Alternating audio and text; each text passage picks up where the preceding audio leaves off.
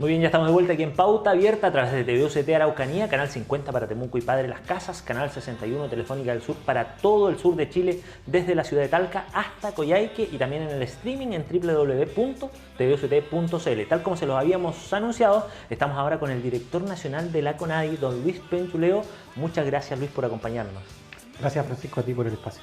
Bueno, don Luis, colega periodista también, formado en nuestra casa amiga, Universidad de la Frontera, Alma Mater también, y quien ha llevado a cabo su labor durante ya casi un año, ¿no, Luis? Así es. Y el 9 de mayo cumplimos exactamente un año al cargo de la CONADI. Una dirección nacional nada fácil, ¿no? Siempre está expuesta a lo que está pasando, sobre todo en la región de la Araucanía. ¿Cómo evalúa su primer año, o casi primer año de gestión, Luis? Lo evaluamos positivamente, no porque lo creamos, sino que los números así lo dicen. Lo vimos el año pasado en el Fondo de Tierra, que representa el 70% del presupuesto de la CONADI, un 100% de ejecución en el 20B, y eso repercute directamente sobre el ambiente que se genera en la región y en las regiones contiguas como el Biobío, los ríos y los lagos también, porque gran parte de la demanda por la restitución territorial se presenta en la zona Mapuche. Entonces ahí estuvimos un 100% de ejecución, incluso más, ocupamos de manera inédita también la glosa que nos permite adelantar presupuestos ejecutados del año siguiente, y lo hicimos también, en total tuvimos un 113% de ejecución del Fondo de Tierra, lo que hacía muchos años CONADI no lograba. Eso es muy positivo y tiene que ver directamente con la gestión, entiendo, Luis. La CONADI desarrolla distintas aristas, entre ellas, como usted señalaba, la compra de tierras, la entrega de tierras, pero hay otras acciones, muchas, que desarrolla la CONADI. Cuéntenos un poco para la comunidad en general, ¿qué es lo que hace a grandes rasgos la CONADI? Claro, generalmente la CONADI es conocida precisamente por el tema del conflicto territorial y el tema de que las comunidades demandan tierra, y la CONADI es la entidad pública que tiene que comprar. Y eso, como ya decía, representa gran parte del presupuesto, pero no solo la CONADI trabaja en esa línea, sino que trabaja también en otras líneas. Una línea importante, y en la segunda en términos de presupuesto disponible, es el Fondo de Desarrollo. Y ahí en el Fondo de Desarrollo tenemos distintas iniciativas, distintos instrumentos que nos permiten poder ayudar a las comunidades y a las personas indígenas a nivel nacional en el emprendimiento con identidad. Y en esto último a nosotros nos interesa bastante, porque muchas veces el desarrollo económico con identidad se queda solo en el titular, y nosotros estamos haciendo de que verdaderamente la identidad se traduzca en hechos concretos, es decir, emprendimiento ya sea en el ámbito turismo, en el ámbito agroalimenticio o en otro giro, que verdaderamente se genere el vínculo con la lengua, con la historia, con el patrimonio, y que realmente sea un emprendimiento, un negocio, que además de llevar bienestar a las familias, sea realmente con identidad y que se ponga en valor estos elementos muy importantes de todas las culturas de los pueblos indígenas, que es la lengua, la historia, el patrimonio y la cosmovisión también que ellos tienen, la forma de ver el mundo. Nosotros tenemos una cultura viva aquí, una cultura vigente, presente, que es parte, ¿no?, de nuestro ADN como país. La región de la Araucanía se ha enfrentado, como usted señalaba, a un conflicto histórico. Pero la CONADI está cumpliendo ahí también un rol muy estratégico a la hora de unir de pronto distintos escenarios y tratar de aunar criterios también, ¿no?, de generar puentes en este sentido. Eso hace que ese contexto histórico hace que la CONADI sea probablemente una de las instituciones públicas más difíciles de administrar, porque justamente tiene que lidiar con ese conflicto a nivel nacional, pero y en esta región en particular con un conflicto que se arrastra ya por más de 140 años, que es un conflicto no resuelto hoy día, y que el Estado en sus 140 años de tener presencia en este territorio no lo ha podido solucionar, y gobierno tras gobierno se ha fracasado en ese intento. Entonces la CONADI intenta generar ese vínculo, que muchas veces lo logra, otras veces no, pero todo depende también del nivel de confianza que se genere con las comunidades y qué tan efectivas sean esas políticas. Y ahí es donde nosotros también hemos puesto el acento hoy día, que no basta solo con ejecutar el 100% del presupuesto disponible, sino que estamos en un punto de inflexión en donde hay que revisar cada uno de los instrumentos y en el fondo la política pública que el Estado lleva adelante hacia los pueblos originarios, pero que sea hoy día acorde a la realidad.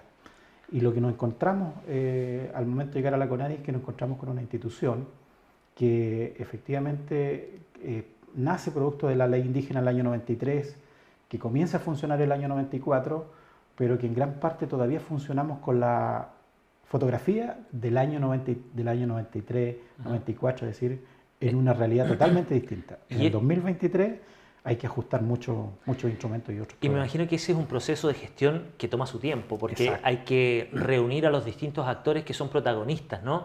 Y en ese sentido, me imagino que también la gestión que ustedes hacen tiene mucho que ver con el terreno, para detectar de pronto las necesidades reales en el territorio y también poder llevar a cabo, por ejemplo, estos fondos de financiamiento a través del emprendimiento que usted señalaba, pero además darle pertinencia real al trabajo que se hace. Claro, los diagnósticos están hechos y particularmente en esta administración también nos caracterizamos de ser personas que tenemos una trayectoria dentro del mundo de las comunidades, del movimiento mapuche en general.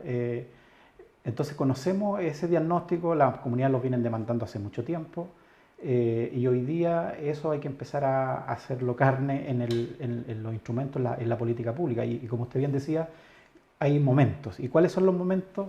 Son cuando se comienzan a discutir los exploratorios, la ley de presupuesto. Entonces ahí uno tiene que no solamente decir cuánto es el presupuesto que requerimos para hacer tal y cual política pública, sino de qué manera vamos a hacer esa política pública, y ahí es necesario meterse a revisar los programas, revisar las glosas, y estas son muy importantes porque al final del día son las que indican de qué manera se pueden o no se pueden ejecutar el presupuesto que se tiene. Entonces ahí también hay que hacer un trabajo, que lo estamos haciendo. El año pasado no alcanzamos porque llegamos en mayo. Ajá. Y el exploratorio comienza ya en abril, entonces como muy a la carrera alcanzamos solo a ver números, pero no a revisar ya instrumentos, programas, enfoque, etc.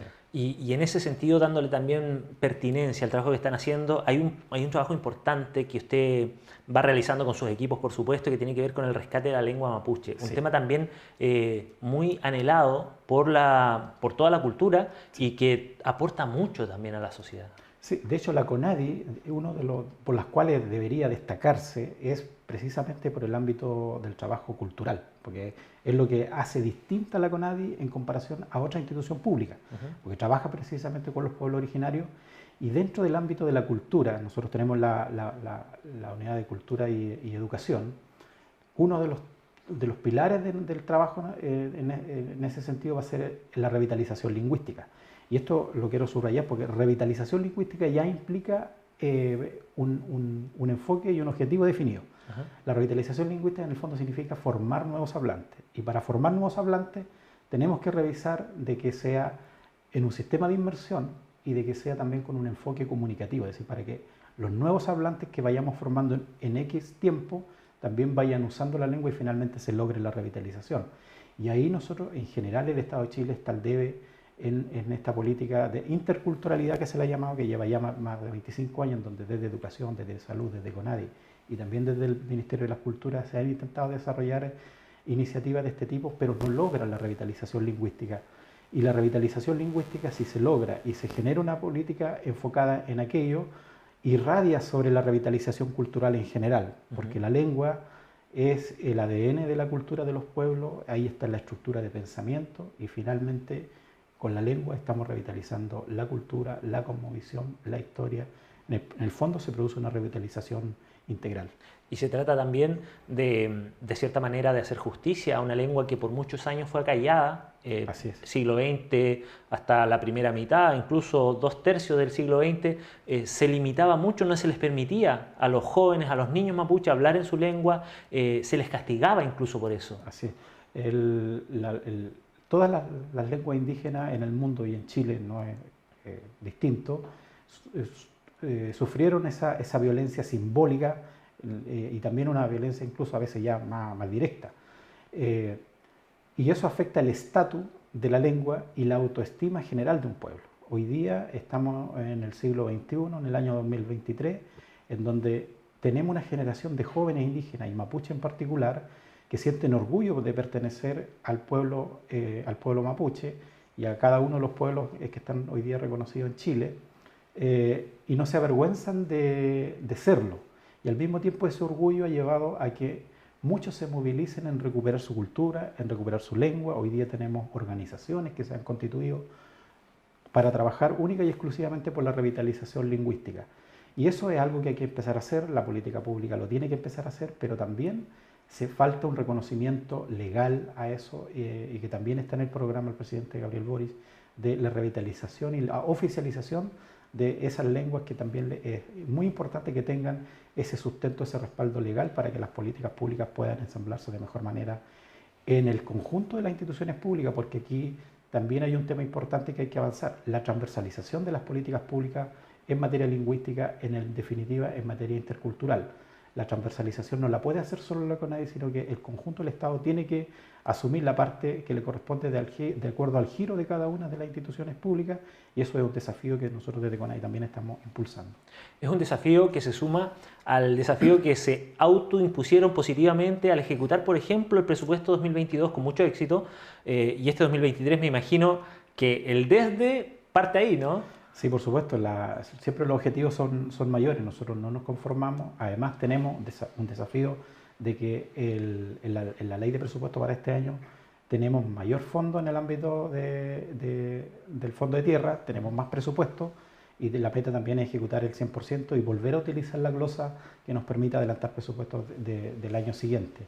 Y en los otros ámbitos como desarrollo, como cultura, ahí, como ya lo dije, vamos a revisar los programas, estamos en ese proceso hoy día para que las políticas que finalmente lleguen a la gente, lleguen a las comunidades, sean mucho más pertinentes y que impacten de manera positiva a la vida de la gente.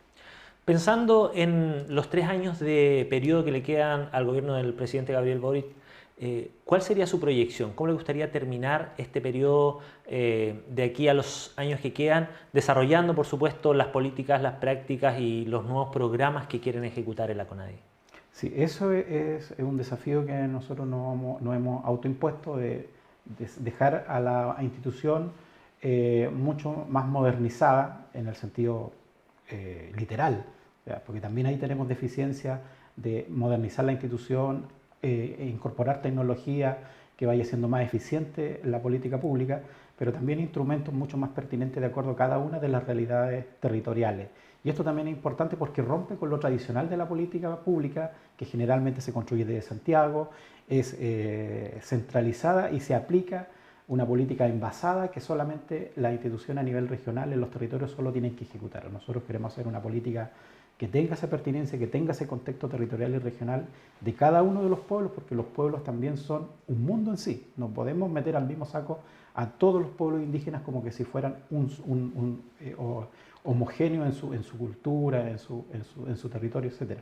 Eso por un lado, y por otro lado también una relación sincera con las comunidades en general, y particularmente en el contexto del conflicto, en donde a la gente se le diga la verdad y se muestre tal cual es la institución, cuál es la cantidad de comunidades que hoy día están demandando la restitución territorial, cuáles son las que están en proceso de restituir, y nosotros lo hemos dicho también desde un principio. En estos 4 años es imposible resolver el problema territorial de acuerdo a los instrumentos que existen, y probablemente vamos a avanzar y la lista va a correr más rápido, pero no lo vamos a lograr, y para eso se requiere de que discutamos cómo solucionamos el tema de fondo. Y en ese sentido, la Comisión para la Paz y Entendimiento que anunció el presidente Gabriel Boric, que tenga una composición de nivel estatal, más allá de ser de un gobierno en particular, yo creo que apunta en la dirección correcta. Estos diálogos, estos parlamentos también que van a iniciar este año y que culminarán en el 2025, haciendo esta conexión con la historia también, porque el 2025 conmemoramos los 200 años del Parlamento de Tapico, que fue uno de los últimos pactos que se hace entre el pueblo mapuche y el Estado de Chile. Las soluciones van a ir por ahí.